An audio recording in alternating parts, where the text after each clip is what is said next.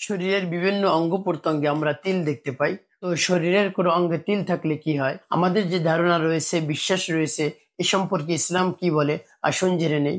শরীরের কোন জায়গায় তিল থাকলে আপনি বেশি হায়াত পাবেন, কোন জায়গায় তিল থাকলে আপনি সুন্দরী এবং চরিত্রবান স্ত্রী পাবেন, কোন জায়গায় তিল থাকলে আপনি দ্রুত ধনী হবেন, অঢেল সম্পদের মালিক হবেন, আপনার রিজিকের মধ্যে বরকত হবে, সংসারে আয় উন্নতি হবে, কোন জায়গায় তিল থাকলে আপনি অর্থের অপচয় করবেন, কোন জায়গায় তিল থাকলে আপনার রিজিক কমে যাবে, কোন জায়গায় তিল থাকলে আপনার হৃদয় ভালোবাসায় ভরপুর হয়ে যায়।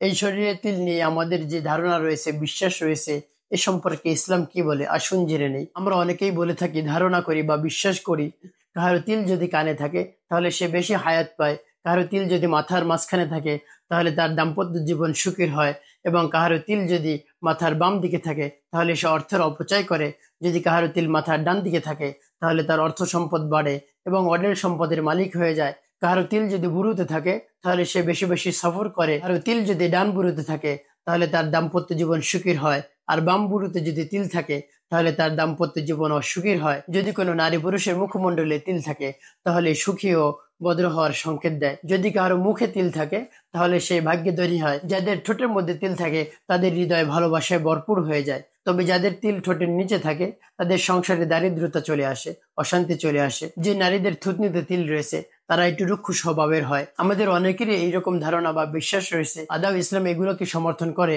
আসুন আমরা জেনে নিই।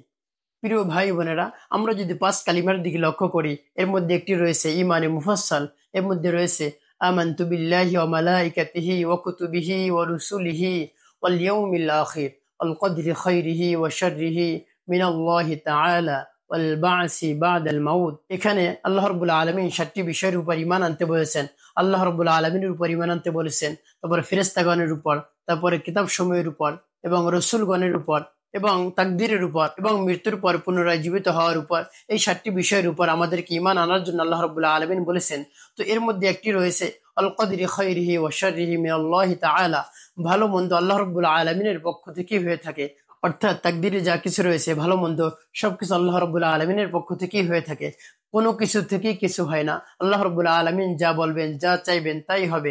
এজন্য আল্লাহ রাব্বুল আলামিন বলেন, ইন্নাল্লাহা আলা কুল্লি শাইইন কাদির।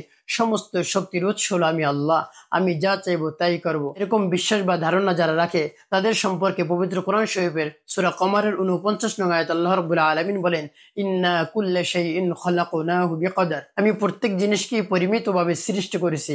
কোনো কিছুর সাথে কোনো কিছুর সম্পর্ক নেই। কোনো কিছুর সাথে শুভ অশুভ, টাকা পয়সা, ভালো লক্ষণ, খারাপ লক্ষণ, হায়াত বেশি পাবে এবং সে দ্রুত মারা যাবে, এরকম কোনো কিছুই নেই। আল্লাহ রাব্বুল আলামিন যা চাইবেন, যাই করবেন তাই হবে। প্রিয় ভাই বোনেরা, আপনার এই ধারণা বা বিশ্বাস যদি থাকে তাহলে এখনই দূর করে ফেলুন।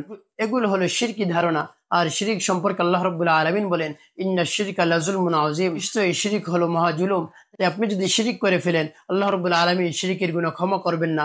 যতক্ষণ পর্যন্ত আপনি খাঁটি তওবা না করবেন, তওবা নাসুহা আপনি না করবেন, ততক্ষণ পর্যন্ত আল্লাহ রাব্বুল আলামিন আপনার সেই শিরিকের গুনাহ ক্ষমা করবেন না। তাই প্রিয় ভাই বোনেরা, আপনার যদি এরকম ধারণা থেকে থাকে বা আপনি যদি ধারণা করে থাকেন তাহলে এখনই দূর করে ফেলুন এবং আল্লাহ রাব্বুল আলামিনের কাছে আপনি পরিপূর্ণ তওবা করুন, তওবায়ে নাসুহা করুন। তাহলে আল্লাহ রাব্বুল আলামিন আপনাকে অবশ্যই ক্ষমা করে দিবেন।